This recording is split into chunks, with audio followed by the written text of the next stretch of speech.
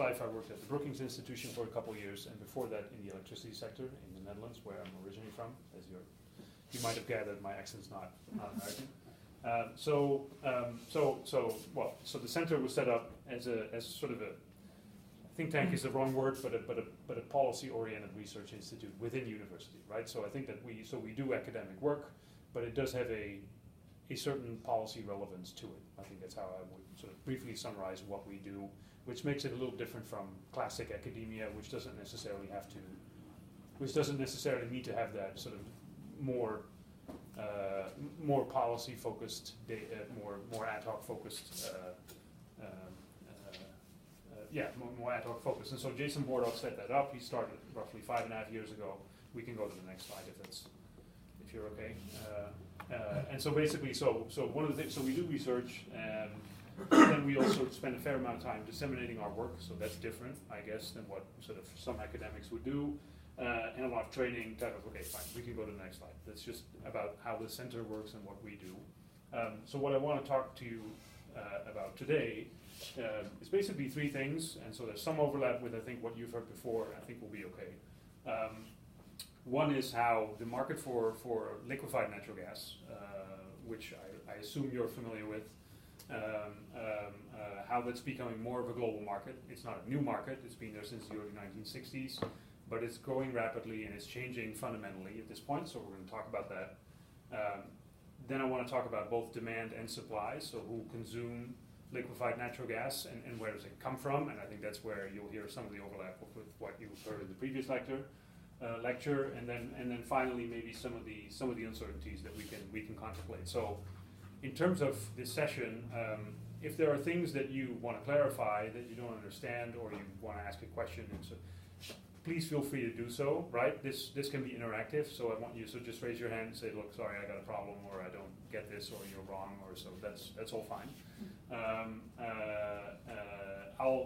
After each of these sections, I'll make a stop regardless of whether you have, and I think we want to sort of make sure that you have enough time for interaction, so we can proceed. Thanks. So the first thing I think which is important to keep in mind is that a lot of the natural gas that's produced around the world does not actually cross a border, right? And so a lot of natural gas that's produced around the world, as you see here, stays within a country and is used there, right? So it's produced, and then there's a fair amount of natural gas that's traded by pipeline, and that used to be, historically has been the dominant way to transport natural gas, right? So if it's transported across the border, we always transport it by pipeline, but if it's transported across the border, then historically you did that by pipeline. Increasingly it's done by ship. So you cool natural gas, it becomes liquid, right? Molecules get closer together, and so it becomes liquid. You can put it in a boat, becomes denser, put it in a ship, and you cool it and you ship it while it's cooled, and you obviously expand the range within which you can bring that product, right? And what we see is, first of all, that the amount of gas that's traded is growing, but also, and in particular, that the balance between the gas that crosses border by pipeline vis-a-vis in the form of LNG is changing. So that market's growing rapidly. We can go to the next slide. So historically, and this is not too long ago, natural gas was not necessarily a fuel that producers of petroleum products were happy to find, right? If you drilled for oil, that was typically what you hoped to find. Did you find oil? You were a successful driller. Did you find natural gas? You were in trouble, right? So, and that was largely because there were few applications for that fuel source. At the time, it was considered a waste product very often, which is why it was flared or even vented, so just let out in the open air. And that has changed over time. But so good to keep in mind that most of those markets for natural gas are relatively recent, and so just as a question to you, I think you know what you can use natural gas for, right? Can you tell me what you would use it for instance? What is natural gas used for today? Heating and cooking, yes.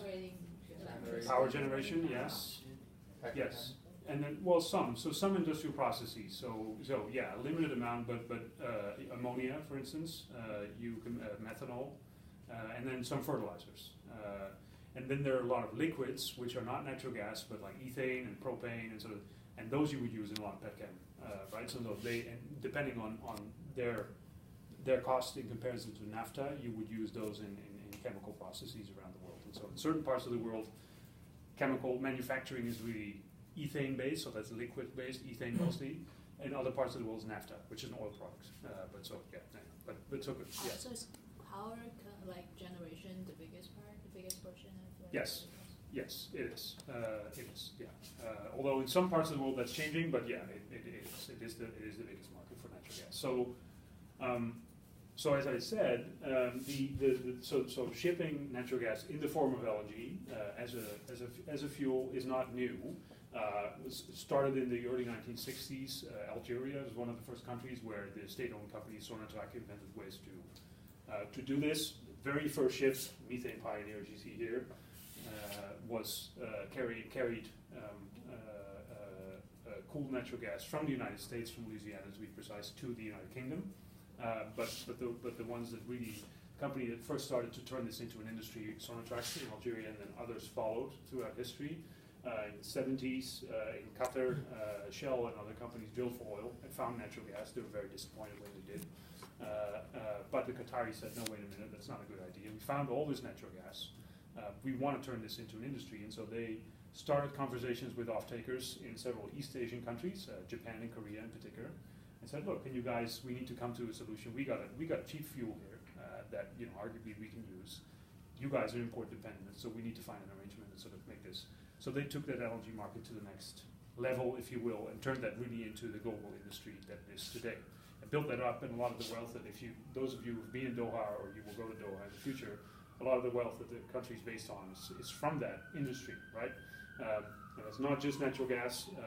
The gas produced in Qatar comes with a lot of liquids, so they have built up a lot of industrial activity using ethane and other liquids domestically. They export a lot of it too, but that's how a lot of the wealth in Qatar was built up. So historically, what you needed to do, these are major investments, right? So you're building a liquefaction terminal. It's expensive. It's obviously energy intensive, right? You want to cool that gas until it becomes a liquid.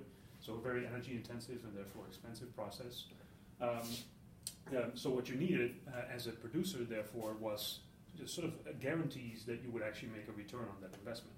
If you got to invest $4 or $5 billion, I don't know. If you got to invest a couple $1 billion, you want to make sure you don't just do that and then see what happens, right? So you want to make sure that you have some guarantee that that money's going to come back to you one way or the other. So what typically happened historically was you signed long-term offtake agreements. So you agreed with a buyer to say you're going to buy a certain amount of this product from me under certain conditions, and you lock that in for 20, 25, 30 years. And by doing so, you had more of a guarantee that you would get your money back, provided that the company wouldn't go bankrupt. And with that contract, you could also go to financiers and go to a bank and say, hey, I got guarantees that I can sell this product. Can you lend me money to build this facility? So that's typically how the business was done. But as you can see, a relatively modest market with big players that could do this, that were credit worthy enough and that were able to sign those offtake, but a relatively small market. We can move on. Later on, we're taking a big jump here. So I've just mentioned the Qataris that happened in the 70s. This is the 90s already.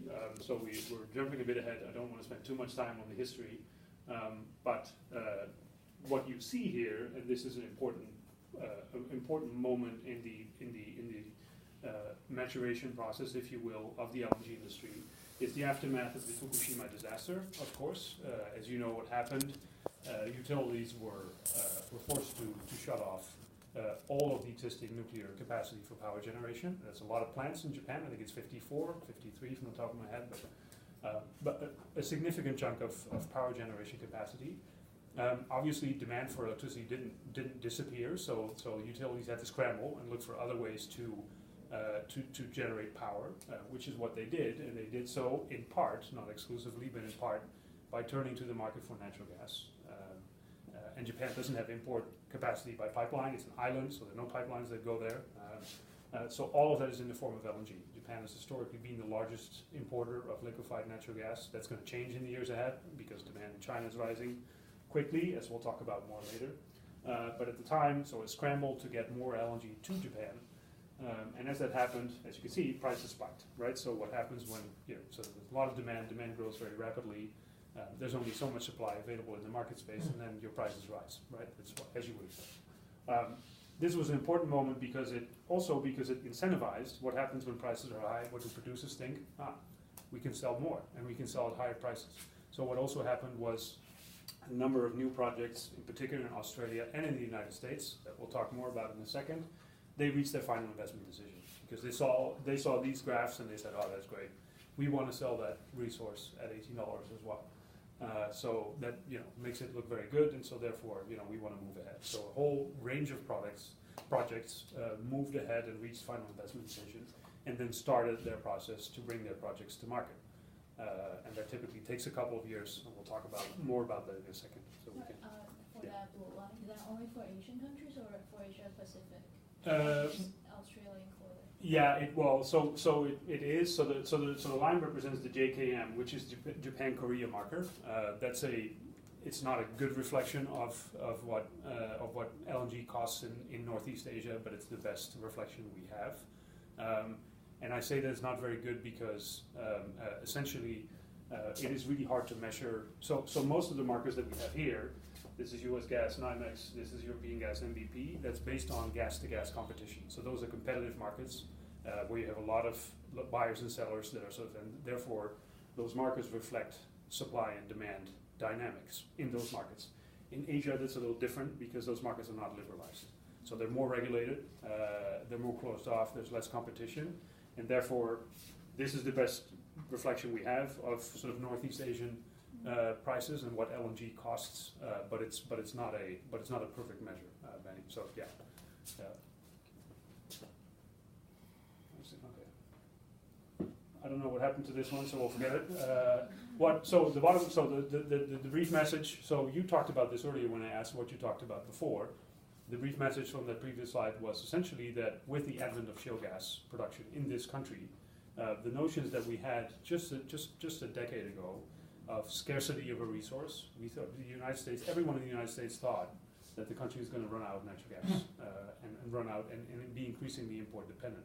And there were a lot of companies that had invested along those lines, investing in regasification capacity, thinking that they would bring in more and more LNG as demand for natural gas would sort of, even if it would stay flat, if you produce less, you would have to import more, right? And so that was conventional wisdom just a decade ago. And it's so that should make all of us very humble about with how much certainty we can say that something will happen in the future. Many people have done that, and many people have been wrong, and this is a good example thereof. It's sometimes really hard to forecast what will happen tomorrow, right? So that was the main message from this. From that slide, you see it here also. So this was in 2005. Net LNG imports, net pipeline imports, right? So these would come from Canada mostly, maybe a bit from Mexico.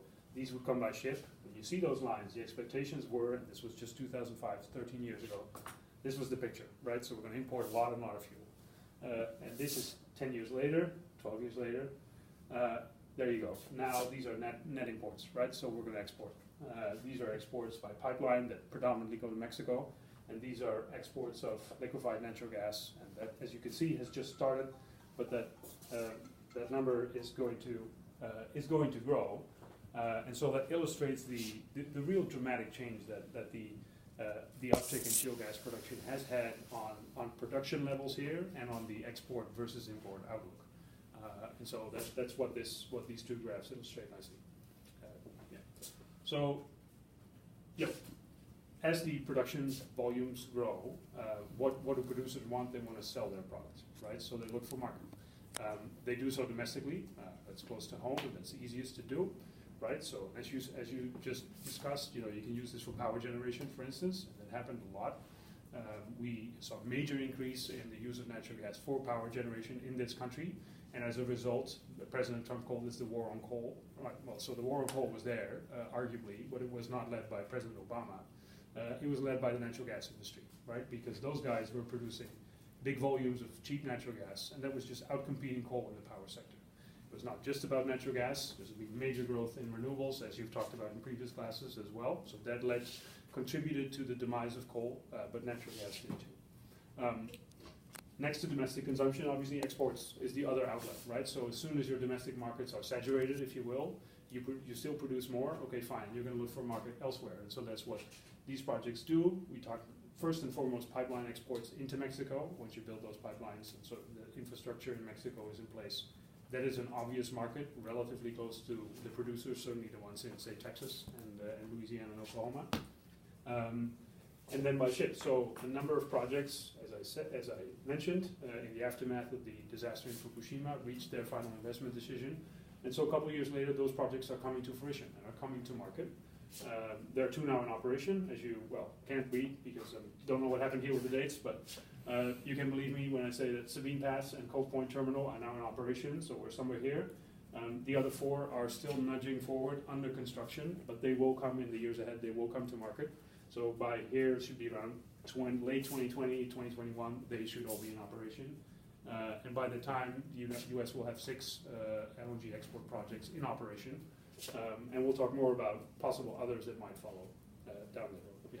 Any kind of natural gas works for this? Or there's like a required quality or specification of the gas in order to work better or worse? Not necessarily, no. It's a good question because what you would typically do, it depends on what gas you produce, right? So you can produce what is called dry gas or wet gas.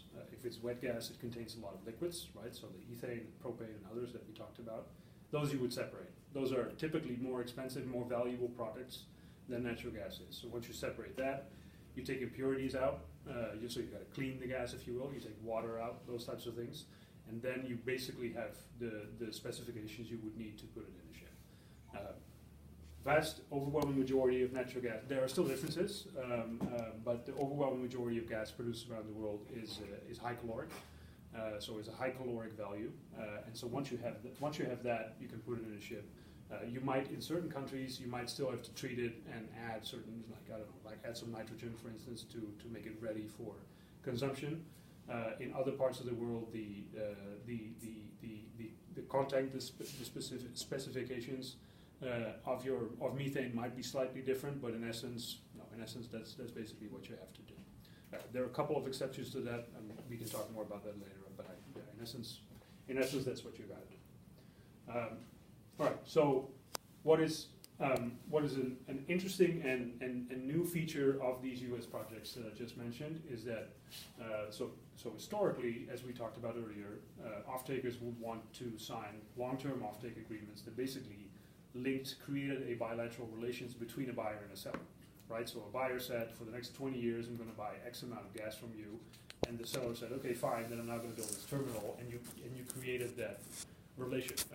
There was some flexibility sometimes in those contexts, but essentially you created a pretty lumpy sort of long-term relation between off-taker and seller. And the U.S. projects are different because they don't do that. What they proposed is say we're going to sell you a cargo, and there are still long-term contracts involved in some of these deals. But instead of telling you you're the one that is buying this cargo and you can't do anything else with it, which is what historically would be done, these are offered on a flexible basis. It's called free on board or FOB, and what that essentially means is that a buyer, say there's a buyer in Korea, buys a cargo, but for reasons that we can't foresee now, power demand is disappointing. I don't know, and therefore that certain cargo the off-taker doesn't need. Now this off-taker can say, okay, I don't need the cargo, I'm going to sell it somewhere else. So there's much more flexibility involved. That was historically more complicated, and that is now increasingly gaining momentum and becoming more common practice.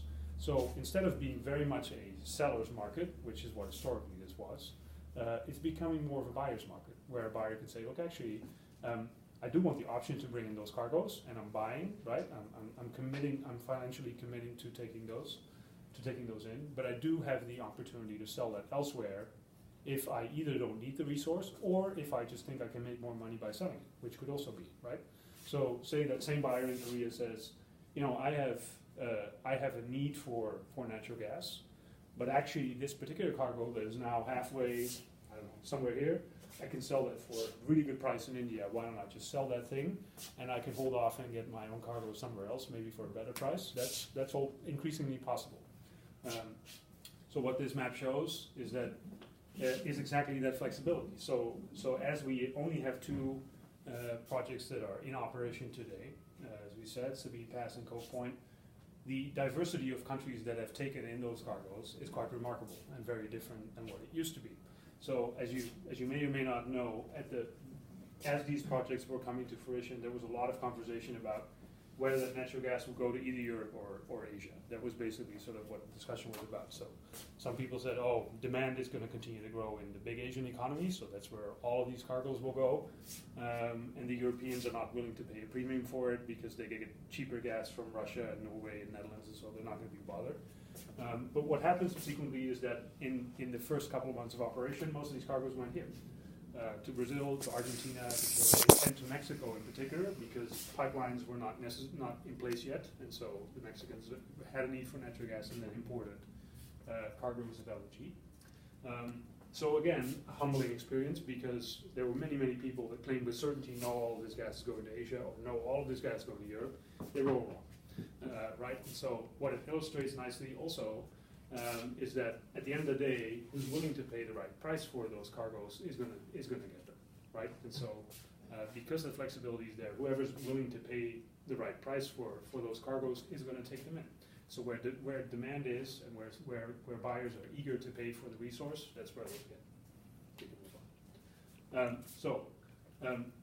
More and more of that trade. So historically, as you can see, overwhelming majority, as we talked about, most gas stays in the country where it's being produced, but of the gas that crosses borders, overwhelming majority used to be traded by pipeline. And as you can see, that's shifting, right? So more and more, I mean, the existing pipelines will stay where they are, assuming that you have normal maintenance and sort of and some pipelines are still being built, but the majority, an increasing amount of trade takes place by ship, and somewhere about mid next decade or maybe a little later, the majority of gas that's traded internationally will be traded by ship, and so that's changing quite substantially. This where we are? Yeah, good. One more, sorry. So we talked a bit about pricing. Historically, these cargoes were absent a real market, like an international market for natural gas. There were also, of course, uncertainties about how do you price a product like this. And how this was solved in the 60s and 70s was simple. We knew how to price oil. So then the idea became, okay, fine, why don't we just link it to the price of oil or oil products, right? So we say a certain fuel, doesn't matter, gasoline or just crude oil, whatever you want, that we know how we price it, and we sort of have an idea of, and that's based on sort of supply and demand dynamics, like market price. Why don't we just link it to that? And that works pretty well for buyers, as long as the oil price is low. It works really well for sellers when the oil price is high. But you understand that there's always someone either on the offtake or on the selling side that is not necessarily happy.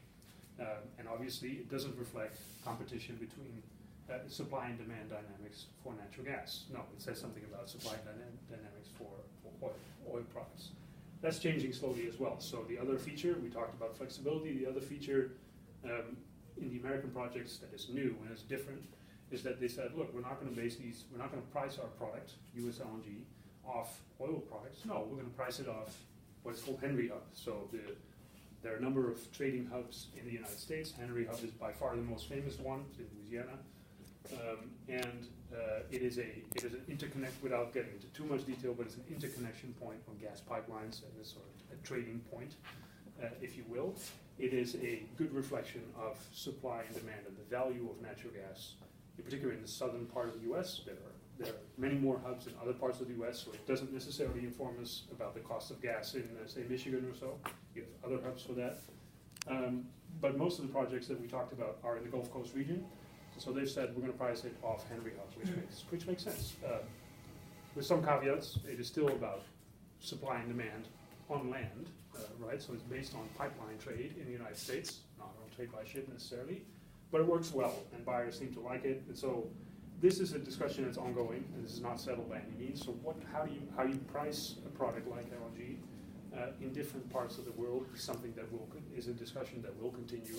But what we can say now is we can observe different models of how to price that LNG have emerged, and in different parts of the world are gaining popularity. That's where we'll be at. We can go to the next slide. Thank you. So this is so on the demand side, and we'll talk more about that in a second, I think. But interesting to observe also, see, we talked in the beginning in the early 60s about how this was a niche market and not a big market. Well, as you can tell, the number of countries that were importing LNG was very low. We're talking literally a handful of countries. And this is until the late 1970s, early 1980s. Then this picked up, and as you see, this industry grew. And as it grew, more and more countries were able to turn to that market and start importing liquefied natural gas. As you can see, here's Japan, East Korea, taking the bulk of LNG trade.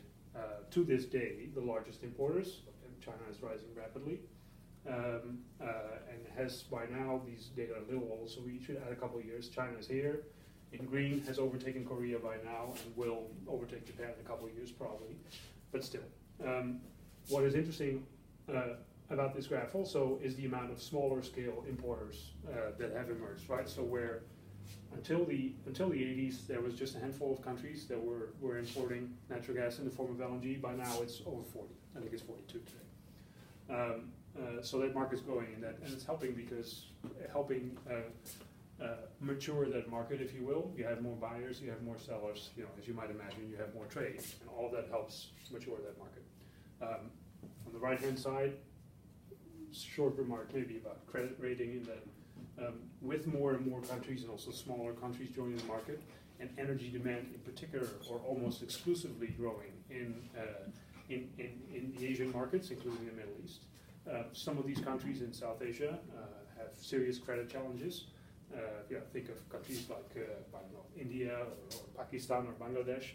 Sometimes it's harder for off-takers there to sign long-term off-take agreements, just because banks are not always don't always feel confident to that don't always feel confident to commit to off-takers in those countries, and so as you can see, that is changing dynamics too. Again, shifts in sort of where the risk lies. Whereas historically, the buyer would take most of the risk, right? Sign this long-term off-take agreement and have certain volumes for a period of 20 years.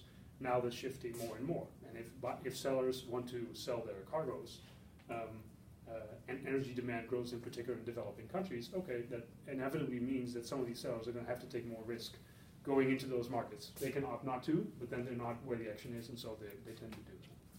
All right. So,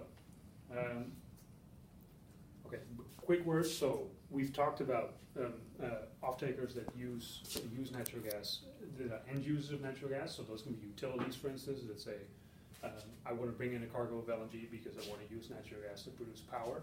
What we increasingly see are non-end users that are entering this market too. So the example I mentioned earlier of an off-taker in Korea that says, you know what, I don't need this gas in Korea right now, I can sell it better in India at a better price. There are trading houses, so think of Gunvor or Trafigura, those types of companies that don't actually use natural gas, but that buy it and sell it and profit off differences in price in various parts of the world, right? So they arbitrage because prices are not the same in various parts of the world, and if you're smart, you can make money off that, and that's what they do. Those guys too help, because they buy and they sell, they help increase liquidity in the market, right? And so they help mature the market and contribute in their way. Okay.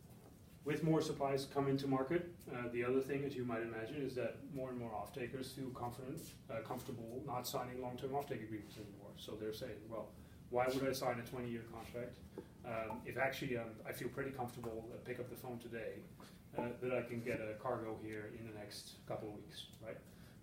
And as buyers have grown more comfortable that is the case, their interest in signing long-term off-take agreements has decreased, and so we've seen that, right? Contract duration drops, and now contracts typically sign for maybe 5, maybe 10 years, but certainly not as many as used to be for the long, lumpy, like 20-year deals. They are signed, it still happens, but less so. And same, the amount of the volumes under a certain contract, so smaller contracts, shorter contracts, and that all reflects that there's more and more confidence that the product will be available in the future. Okay, move on. So we talked about yes. So if you look, so projected demand here, and as demand continues to grow, we sort of know how much supply there is in the market today, right? Projects that are in operation today, and then a couple more that are still under construction. Once we add all of that up, we sort of know, okay, this is what the market can produce. If we look at demand projections, and again, they may be totally wrong, but let's assume they're right, then we think demand will grow to a point where, in the coming years, we'll reach a point where demand will outpace supply. And therefore, currently, there's a lot of conversation about which new projects are most likely to reach a new financial investment decision, and are going to then move forward in the coming years and come and start in operations in the early 2020s, 2022, 2023. It takes typically about 4 or 5 years after FID to get a project to market. Can be a little shorter, but it takes a couple of years. In this moment, that means that there's the need for finding like new fields, but there's also like the problem of the current fields that are declining, right. So it's going to be even worse? No, not necessarily. No, it's good. Not necessarily. It's a good question. It may mean that producers will need to find new fields, or they can use existing fields because there's just more production than there is output, right? So what happens in the U.S. at this point is natural gas is priced really low, as you know, and it's because it's just excess production. So here there is room to. What it will likely do if you build more export capacity is you incentivize more domestic production, right? And as soon as you say, okay, instead of X, we can, in 5 years' time, we'll be able to export X plus 2, then that sends a signal to the domestic industry that says, oh, in that case, we can drill more wells and start producing because we got to meet that plus 2, right? So that happens. But you're absolutely right. You're replenishing some fields are maturing, and that's where, and those will, assuming that demand grows as projected, those will have to be replaced. So an example, United Arab Emirates, for instance, is a good example.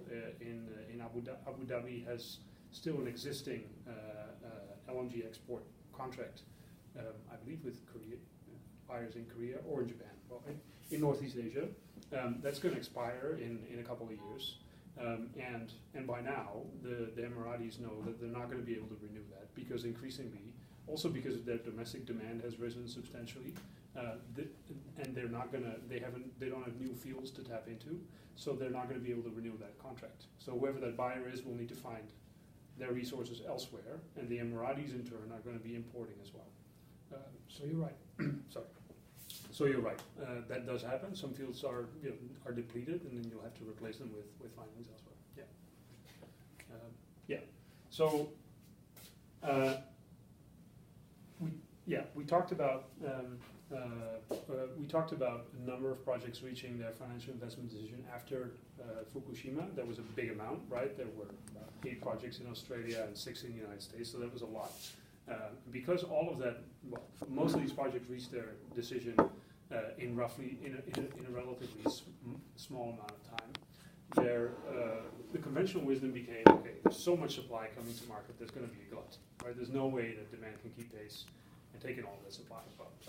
So everyone wrote about that, all these investment bankers, and they all said, oh, there's going to be a glut, and then prices are going to collapse because there's going to be so much supply that, so. All right. That didn't happen, and it didn't happen for 2 reasons. We can go to the next slide, please.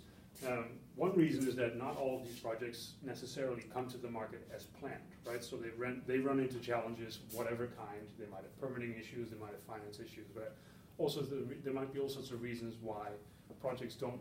Everything on paper doesn't necessarily happen that way in reality. It's no surprise to you. So that was one, which is why 4 of the U.S. projects that reached FID are now still under construction and not in the market, as we talked about before. And the other thing that was surprising, if you will, is that demand came to the rescue in that low prices, what do low prices typically do?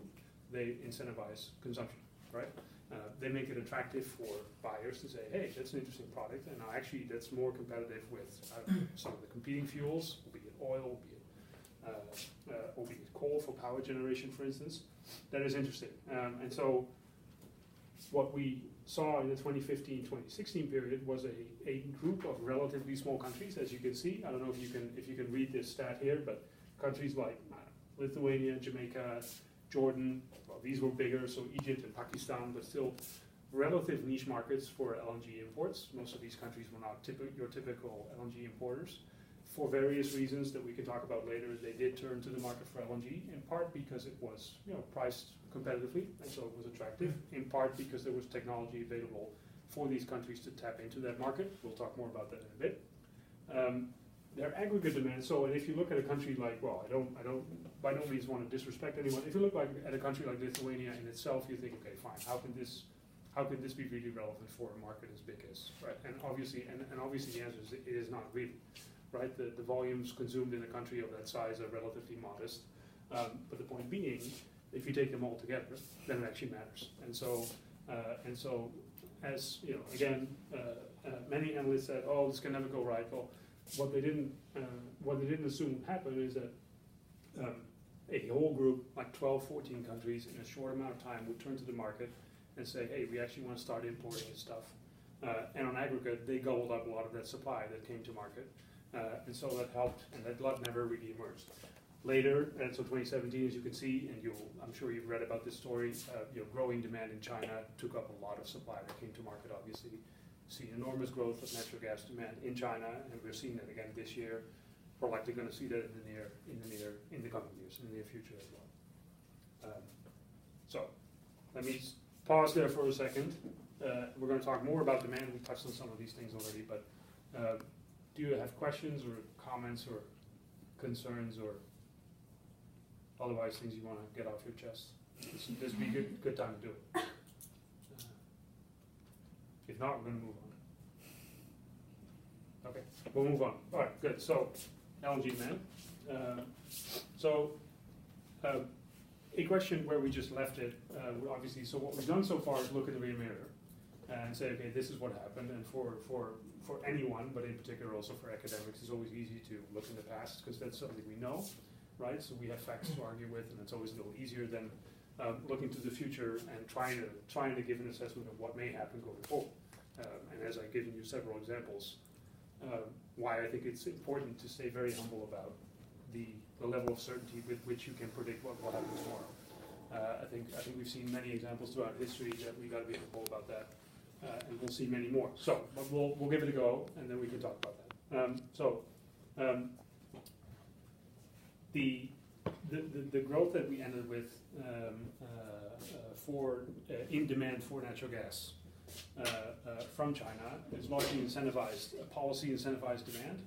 First of all, as many of you will know, deteriorating air quality, local air quality, was a prime reason for Chinese authorities to turn to this fuel. So they were historically using a lot of coal, not just for power generation, but also for heating, both industrial heating and also domestic heating. And obviously that comes with concerns about carbon, but in particular concerns about local air pollutants, so PM, PM2, think of NOx and SOx and all that stuff that you don't want to inhale because it is really not good for you, right? And so as China was developing, obviously it didn't, at the time, maybe didn't always have the luxury to turn to more expensive fuels, but as the country has evolved and has matured, has become much more prosperous, obviously. Increasingly, people were also saying, look, we actually want cleaner air, right? We don't want to wear masks every day or stay indoors preferably because our children are getting sick. People don't want that. Right, and it's not so. We're talking about the example of China. There are many countries where this happened. Just to be very clear, local air quality concerns featured very prominently throughout Europe and the United States until the 80s, right? And actually, in some urban areas to this day, there are many concerns about local air quality. So to be clear, but the situation was pretty grave in Chinese urban areas in particular, and so it incentivized the authorities to turn to natural gas as a cleaner fuel. And so there was very active state policy last year, this year, to stop using coal, in particular in domestic heating, and then also industrial heating.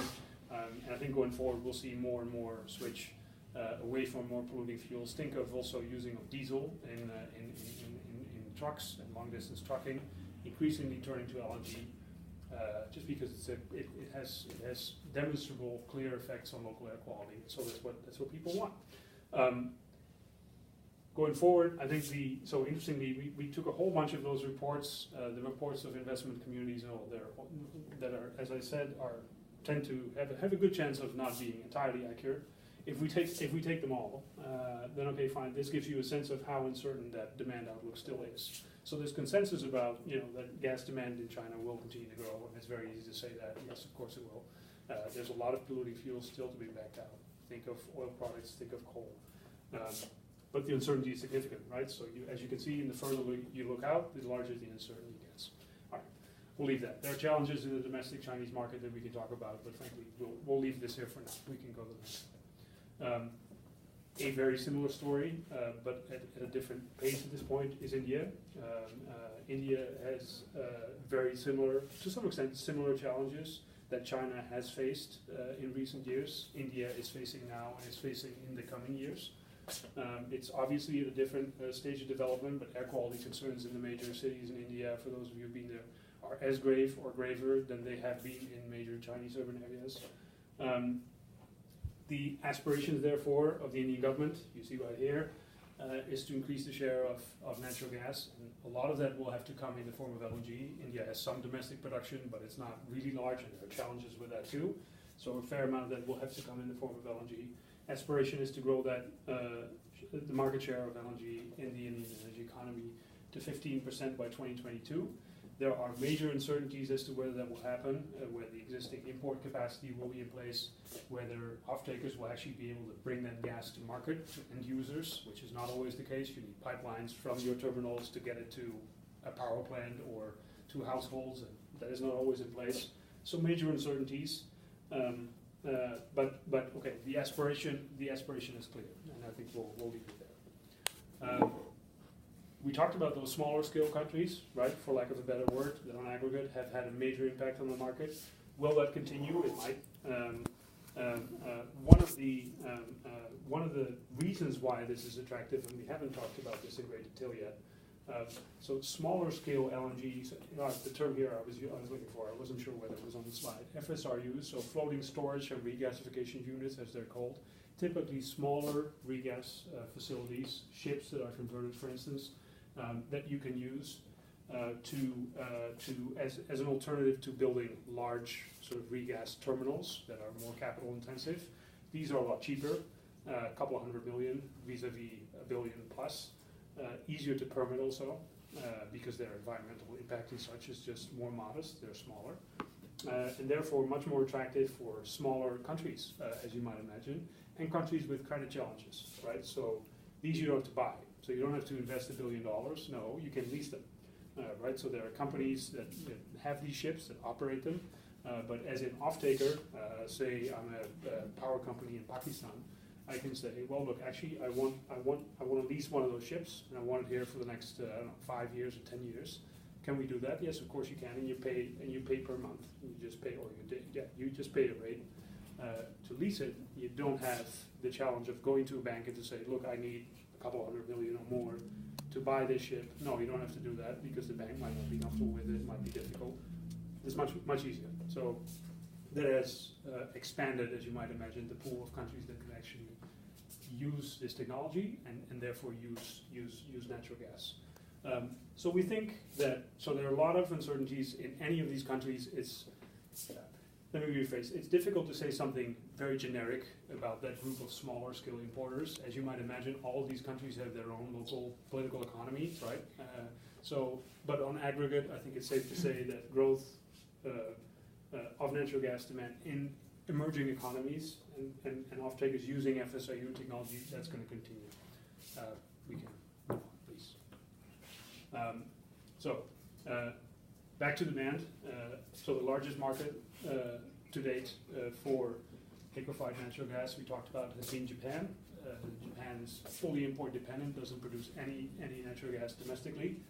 And so build up that industry over a couple of decades. One of the uncertainties with regard to Japanese LNG demand is obviously to what extent utilities will be allowed to bring nuclear reactors back online. If that number is larger, obviously the demand for alternative fuels will be lower, and vice versa, right? And it's uncertain. Policymakers and some of the utilities would like to see at least a chunk of those nuclear reactors come back online. Obviously, very capital-intensive industry. A lot of money is being invested in it, and they like to bring some of them back. They believe that that's safe. But as you might imagine, that's very controversial. And a lot of Japanese people say, I'm sorry, but we're good with nuclear for now. We're not, we'd rather do something else. And so if, let's assume that, the amount of nuclear reactors brought back is modest, then that's going to have an impact on the need for alternative fuels. Now, obviously, that's not just natural gas in the form of LNG. Let me be clear, there are very progressive solar promotion systems in Japan, schemes in Japan. There are very progressive energy efficiency targets in Japan, so it's a mix. It's not just either or, it's always a mix, but it will have an impact on LNG demand. And so just to illustrate what that gap might be, these are various scenarios, progressive versus not so progressive. 20 million tons per annum is what Indian energy buyers bought on aggregate last year. And so that's again a major uncertainty as to what demand may or may not look like, depending on choices of policymakers and public acceptance of nuclear. Wow. All right. That's not. Yeah, it's not Arabic, as you might. It's not, but just a word about the MENA region, so Middle East, North Africa. I don't know what happened to this, but the bottom line is pretty simple. So Middle East and North Africa has historically been a major region for both natural gas production and consumption, as you might imagine. A lot of that natural gas being associated with oil production, and some of these countries produce natural gas itself, like Algeria. Typical demand patterns, high demand in the summer for cooling purposes in particular, right? You need a lot of power for cooling purposes, and a lot of that is gas-fired. So some reasons that add to uncertainty as to whether that demand growth will continue or not are, whether or not GDP grows. Okay, fine, we can talk about that, but more important, I think, growth in renewables and nuclear for power generation, and so more competition for natural gas in various of these countries. A lot of potential for renewables, obviously, in North Africa and in the Middle East. To the extent to which that is realized will have an impact on gas demand. And then second, fossil fuel subsidy reforms. And so in many parts of the world, as you know, in virtually all countries, fossil fuels are being subsidized one way or the other. Renewables are too, and we talk very negative sometimes, or you might sometimes read very negative reports about renewable subsidies. Well, always good to keep in mind that fossil fuels receive more subsidies than renewables have ever had.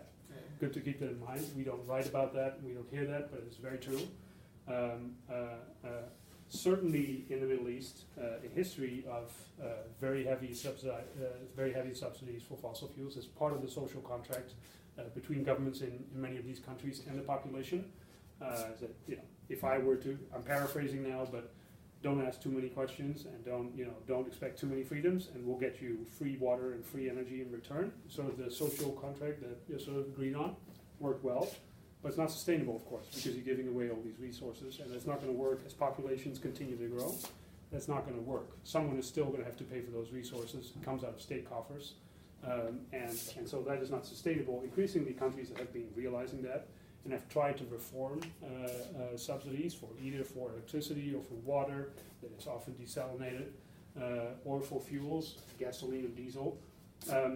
That hasn't always been successful. Some people find that really difficult. When you do that, sometimes you get protests. Because people are used to fuels being free. All of a sudden they have to pay, and they say, "Wait a minute, that was not part of the deal. We don't want that." So sometimes that's controversial. That's complicated. But increasingly, some of these reforms are sticking. What happens? And I'm generalizing a bit now, as you might imagine, but. What happens if fuels are cheap? What are you going to do when gasoline is very cheap? You drive more, right? That's what you typically do. So your gasoline gets more expensive. What do? You drive less. There you go. So yeah, and it's that simple. And so as these prices for fuels are becoming more market based and more reflective of what they actually cost, that would likely have a downward effect on demand as well, right? As you would imagine. Pretty simple economics. Okay, so All right, in Europe, maybe a word. Yeah, brief word. Okay, so Europe is always a large market for natural gas, or it has been over the last couple of decades. Europe had significant domestic production. As you might know, my home country, Netherlands, was a big natural gas producer since the late 1950s, early 1960s. That's declining very rapidly. There's a lot of concern about seismic activity that has been linked to natural gas production in the Netherlands, and as a result, politicians have felt forced to significantly cut production. Okay, fine. And when you cut production and your consumption level stays the same or even grows a little, then you import more, right? And you can import either by pipeline from Russia or from Norway or Algeria, if you will, or you import by ship, LNG, right? And so imports from Russia are probably the most competitive of the mix, but they're not uncontroversial, right? So a lot of people say, well, should we be buying more products of Gazprom, of a company that's under the rule of President Putin? And some people obviously don't want that, so that raises questions. Anyhow, we can leave that for now. We can talk more about it later if you want. But so a potential market increasingly for LNG is Europe. But we can skip this slide. Okay, so we've talked a lot about power, and we've talked a little bit about industry. Maybe good to say a word about potential new markets for liquefied natural gas as well. So parts of the transportation sector are likely emerging as new markets for LNG. This is one example. In the shipping market, by 2020, new rules will come into effect that aim to dramatically curtail the amount of sulfur oxide emissions, so SOx emissions, again, local air quality, local air pollutant. And so as these rules come into effect, what it effectively means is that ships will no longer be able to use high sulfur fuel oils that they typically use in a lot of shipping activity because they're very polluting. So that is no longer, you can use those still if you install scrubbers, as they're called. So you're taking the pollutants out of the air before they get as you use the product, or you use lower sulfur fuel oils, or you use LNG, right? So those are basically the flavors that shippers will have to comply with those rules beyond 2020, and so therefore it is likely that we'll see demand for LNG in the shipping sector increase as well. Well, I will stop again. I'll take a breath if that's okay. Do you have questions or comments? Yes, I have a question about China's demand. Yes. You just mentioned that China LNG demand will increase dramatically in the next several years, but we know that China have signed agreements with Russia, as you mentioned. Yes. About the pipeline. Yes. So whether these two different ways can counterpart each other, or they could just decrease the demand LNG demand. Right. No, it's a good question. So you're absolutely right. And so I focus mostly on imports of liquefied natural gas. As we talked about earlier, there are other ways to import import natural gas by pipeline, as you say. And there is ongoing work with Russia, with Gazprom going on, and the pipeline is called the Power of Siberia, I believe. Will start operation next year, or maybe late next year, or early 2020. And then need a couple of years, but once it's in operation, that will supply China with about 30 billion cubic meters of gas, or 30 or 35, I think. So that's a significant amount of natural gas, and once that's in operation, assuming it is, operating normally, that will compete with LNG, right? So you need less LNG imports. Similarly, Chinese companies have been working really hard to try to boost domestic production. Right, so there's a lot of activity in that. Various provinces, as you know, in China China is already a substantial gas producer, which is different than Korea and Japan, which are import dependent. China is actually, I think it's the world's 5th largest gas producer, 5th or 6th. So it's actually a major producer, but it's just that demand is rising so rapidly, and the numbers are so grotesque that so going forward, you'll have domestic production, you'll have pipeline imports, not just Russian, but you already have existing pipeline imports from Turkmenistan, for instance. A little bit from Myanmar as well, and then LNG. So I think it's and. It's not either or, but it's and. There's a lot to do. That says a lot about sort of the sheer volume of natural gas that a country like China needs going forward. Yeah. And I'm also curious about the cost of LNG and pipeline. Just now you mentioned LNG will increase more globally. And how about the pipeline? Because of the cost of the extraction is high, so that it cannot increase so fast. Yes. You're so okay. Look, so no, it's a great question. It's an important question. Yes, thank you. And is there, so the other, what I just wanted to ask before I answer you, so are we on time? Are we doing okay? Yes, sir. The room is until 7:30, so we still have 20 minutes. Okay, I'll speed up it. No. But your question's great. Your question's great because so what you typically, as you said, if you build a pipeline, you have to make a major upfront investment. To illustrate, there's a pipeline currently being planned from Russia to Germany through the Baltic Sea, the Nord Stream 2, you might have read about it. It costs about $10 billion. So it's a major upfront investment. Once you have it in place, and assuming you can sign offtake agreements and so on, right? Once it's in place, it's a sunk cost. And once so the infrastructure is there and companies are going to use it, right? The pipeline's there, gas can flow, and then you can compete relatively easily. But it's a major investment. The challenge to compare it with LNG, the challenge that LNG has had historically is that what we talked about earlier. It's a very energy intensive process to ship this resource, right? So you got to cool it to the extent that it becomes a liquid. You got to ship it then, and then ship obviously has costs as you transport, right?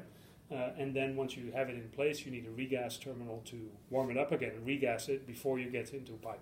So it's a relatively expensive process to get this gas to a market. Those costs have come down somewhat, but it's still relatively expensive. Still arbitrary if I give you specific numbers because it depends on where the fuel's produced and what it costs. But typically you would land a cargo from say the United States to get natural gas into East Asia at around $8 per MMBtu roughly. And just to compare that with either Russian or Turkmen gas, once that gets into China at the Chinese border, would be less, would be $3 or $4 probably per MMBtu. Then you would have to ship it, so those costs would increase as you ship that gas from the Turkmen border to, say, Shanghai. You add a couple of dollars because you have to transport it all the way, and all of that needs to be factored in. But so that's roughly how I would think about that. I have a question regarding the pricing, and I'd like to know what is the biggest share of the cost in the whole process for LNG? For LNG, is it transportation or No, is the terminal? liquefaction. Liquefaction. So typically, liquefaction is not the transportation. I mean, from the you buy the LNG shipping from one country to another country. It's not the cost of the biggest share. Well, it is a cost, but it's not the biggest cost. So typically, you can think of. So actually, there's literature on this topic, which we can talk more offline. And this, but you can find this, I'm sure. Typically, you split up this process in three. So you liquefy, you transport, and you regasify. Right, and so but liquefaction is the most expensive, just because it's very energy intensive to do this, right? So you just need a lot of energy to cool natural gas to the extent that it becomes a liquid, and that's just why liquefaction is the most expensive part of the production process. And you've got to keep it cooled in ship, so that cost adds to the cost. Regasifying is the cheapest bit of the chain that's warming it up, but so liquefaction is the most expensive part of the chain. Okay. Yes, please. So last month there's news about China is going to impose a 10% tariff on U.S. export. Yes. 25? Yeah, 10% to 25. Yeah, now they say it's like 10. It's 10. You're right. Yeah, they first announced 25, and then they decided for now it's 10. Yeah. Yes. But how does it influence the China-U.S. LNG market? Also, maybe spill over to the Asia stock price. Right. No, it's a great question. So. It's a great question because it's really hard to say how it will affect U.S.-China gas trade, and I'll tell you why. One of the reasons why this is complicated is because of what we talked about earlier. The flexibility of those U.S. projects, and the emergence of like trading houses and intermediaries as buyers of gas, right? So the Trafiguras and the Gunvors of this world, plus the big IOCs like Shell and Total that are building up portfolios. So they buy cargoes here, they buy cargoes in, I'm just making this up, but they buy cargoes here in Canada, in various parts of the world, and they're able to swap those, right? So the fact that, which makes it really hard to say that a specific cargo comes from the United States, you can just swap it, right? So if if say, I'm just making this up, but say that PetroChina has an existing contract with Shell, and they're buying some of the Gulf Coast terminal. Well, a company like Shell could just say, and PetroChina would have to say, yeah, but that cargo comes from the United States, so you have to pay the 10% over it. Yeah, a company like Shell would say, that's fine, you don't get that cargo. We also have portfolio in Australia. Why don't we get that cargo to you, and the other cargo just goes to somewhere else, right? So it's really hard to do that. And so, but it's a great question. Therefore, it's increasingly complicated to see how that will have a real impact.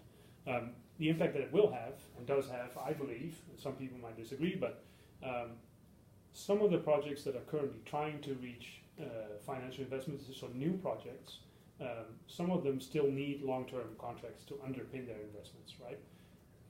And obviously, if you are in search of long-term offtake agreements in the largest market for natural gas, or the fastest growing market for LNG, it's not necessarily easy to access because of this trade dispute.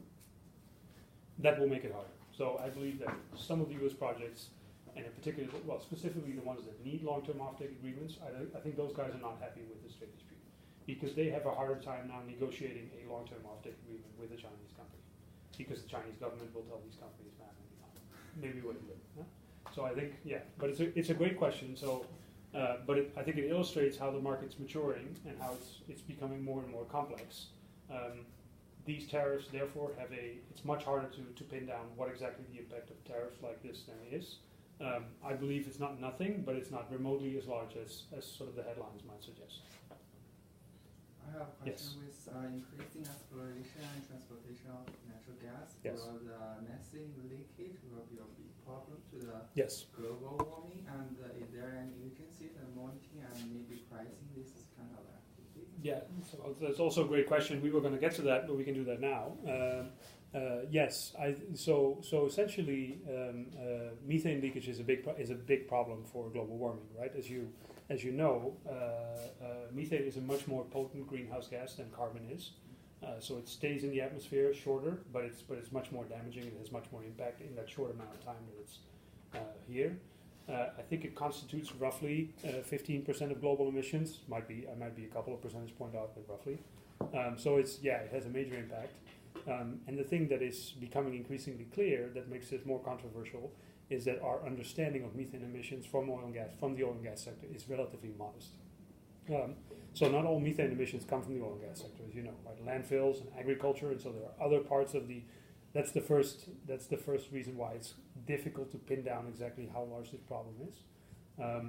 But it's very clear that the amount of emissions from the oil and gas sector are significant, and that our understanding thereof is very modest, right? So we have some understanding of the level of methane emissions in North America and in Northwestern Europe. It's not perfect by any means, but we have some understanding, there's some measurement, but then it becomes very blurry very quickly because a lot of companies have historically said, okay, so there's some leakage here and there, but how can you monitor literally tens of thousands of kilometers of pipeline? How do you monitor that? Right, and even if you find something, how do you seal that all off? And so it's a complicated question. But in answer to your point, I think increasingly there's going to be scrutiny on industry to do better and try to curtail as much of those emissions as they can. And mind you that in essence, companies should be in favor of that because it's their product, right? Natural gas is methane, right? So whatever leaks is their product leaking into the atmosphere. If they can capture it at a reasonable cost, they would do it, right? Because they can sell that as a product rather than just losing it. But it's a poorly understood problem that I think is going to get increasing attention. Yes. Yeah. All right. Shall we move on? 15 minutes. Yes, sir. All right. We're not going to make it. All right, we already talked a little bit about this, so we can do this pretty quickly. Depending on your assumptions about how demand will grow, but I would assume that demand for natural gas and demand for LNG will continue to grow in the years and likely I would say in the decades ahead. Need for additional supply is growing. There should be a map here. I'm not sure why it's not here, but you get doesn't matter. Okay, so we got some. That's fine.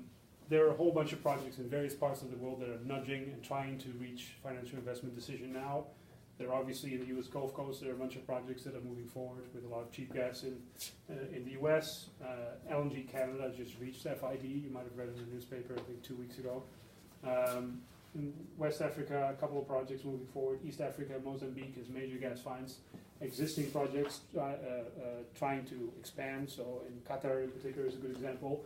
And then Russia emerging as a major exporter of LNG as well. So one of the challenges in the U.S.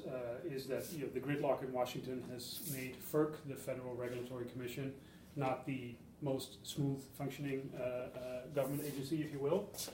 And one of the challenges is to get all of the permits for the projects that are nudging forward, but a chunk of them is already there. So I don't think this is a major issue at this point. One of the reasons why the expectation is that a number of U.S. projects are going to move forward is the amount of associated gas, so it's produced as a byproduct of oil production, essentially. We talked about that before. The assumption is that a lot of that associated gas is, the volumes of associated gas production are going to grow pretty dramatically in the coming years. It has a lot to do with the oil price where it is today, and the anticipation that this will incentivize major production increases in oil, in particular in Texas. And that will come with a lot of natural gas, and that will all need to find a market. If it's a byproduct, these producers are making their money off oil. So whatever they produce as a byproduct for gas is essentially free gas. And so as long as there's a pipeline there that they can put it in, they'll be able to they will be willing to sell it at a very, very low cost. So the assumption is that's going to need to find a market then, once it's in a pipeline, and so the assumption is that's going to help spur some of these projects going forward. All right. We can forget about this. It's okay. Yes. So, Canada, same story. So we can move on. These are all domestic considerations. Competition between Canadian producers and U.S. producers, as you might imagine, with a lot of cheap gas here and a lot of gas production in Canada. Canada used to historically be a major supplier. It has lost its biggest market because the U.S. has become such a major producer itself. Obviously has a downward effect on prices in both the US and Canada, as you might imagine. We can move on. Okay, so Qatar, as we said, announced that it wants to expand its existing liquefaction capacity. It's currently the largest producer of LNG still. It will soon be overtaken by Australia, but it has announced that it wants to build 3 extra trains, as they're called, so production centers, if you will, of LNG. Assuming they reach FID, assuming they get built, which I think is a safe assumption, by 2022, 2023, Qatar will be the largest producer of LNG again. There are challenges, of course, in the Middle East with regard to Qatar and its relationship with the GCC. But, Russia has long had the ambition, it's a major gas producer, of course, together with the US, on and off rivaling for the largest gas producer in the world position. Has long had the ambition to be a major exporter of LNG. It has not been very successful until recently. It was obviously very successful in pipeline exports, in particular into Europe, and then in the future into China. But it is now also emerging as an exporter of LNG. In particular, this project out of the Yamal Peninsula, where and typically something that you may or may not find obvious, but it kind of is. In the Arctic, where temperatures are a lot lower, your costs of the most expensive part of your value chain are obviously lower too, right? To cool gas costs less in the Arctic, right, as you might imagine, than it does in, say, the U.S. Gulf Coast, where it's a lot warmer, right? And so, so they're developing their own technology and trying to make it as low cost as possible to liquefy the natural gas and then ship it into the global market.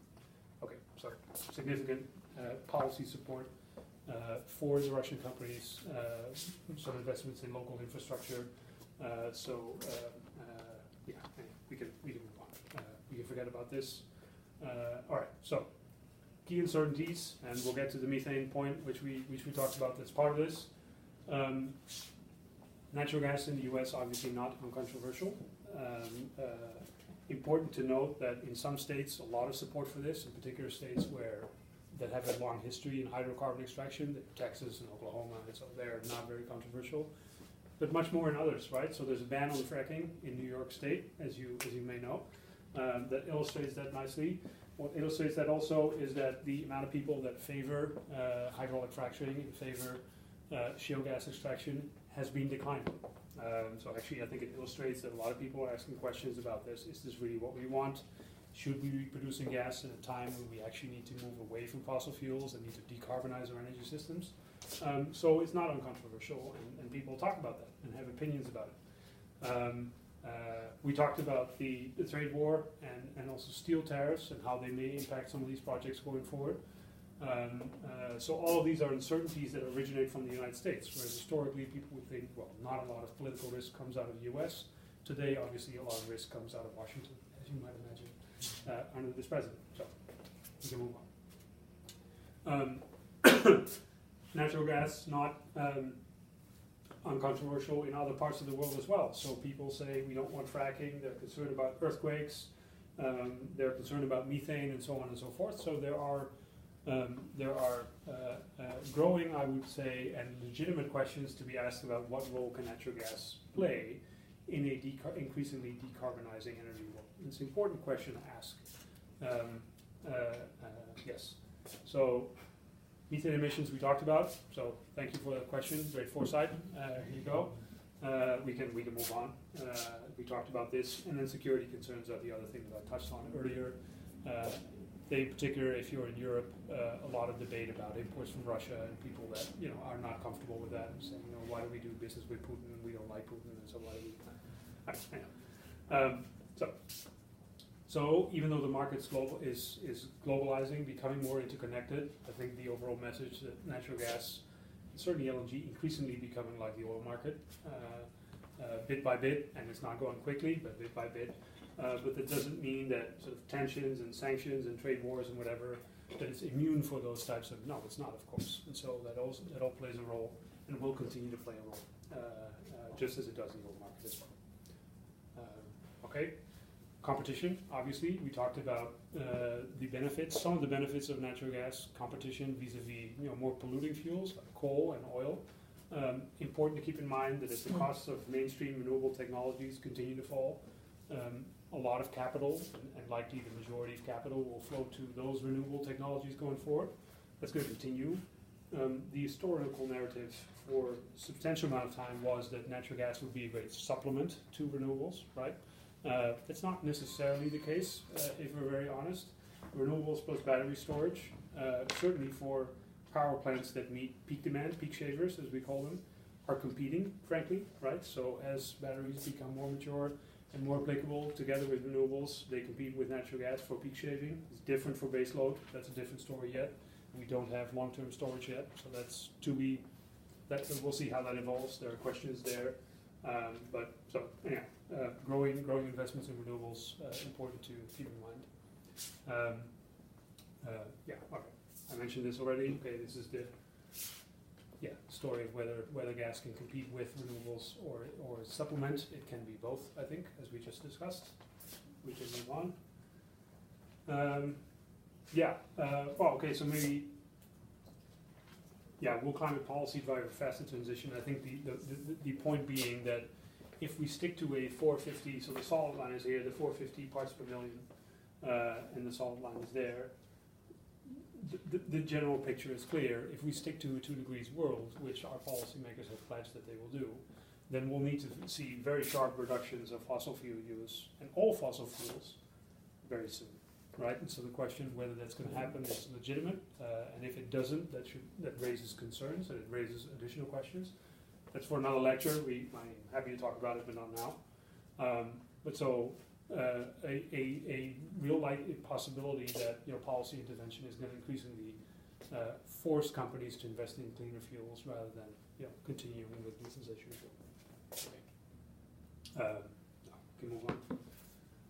Yes. So energy transitions do happen, as history has shown. They take time, as history has also shown.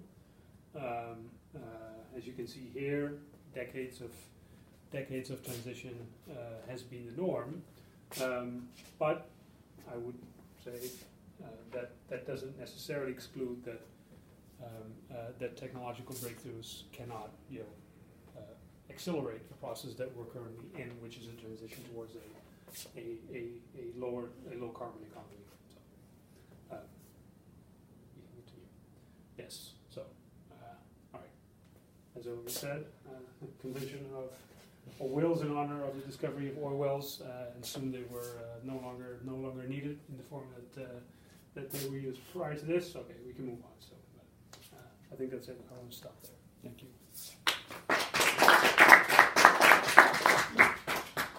Just in time.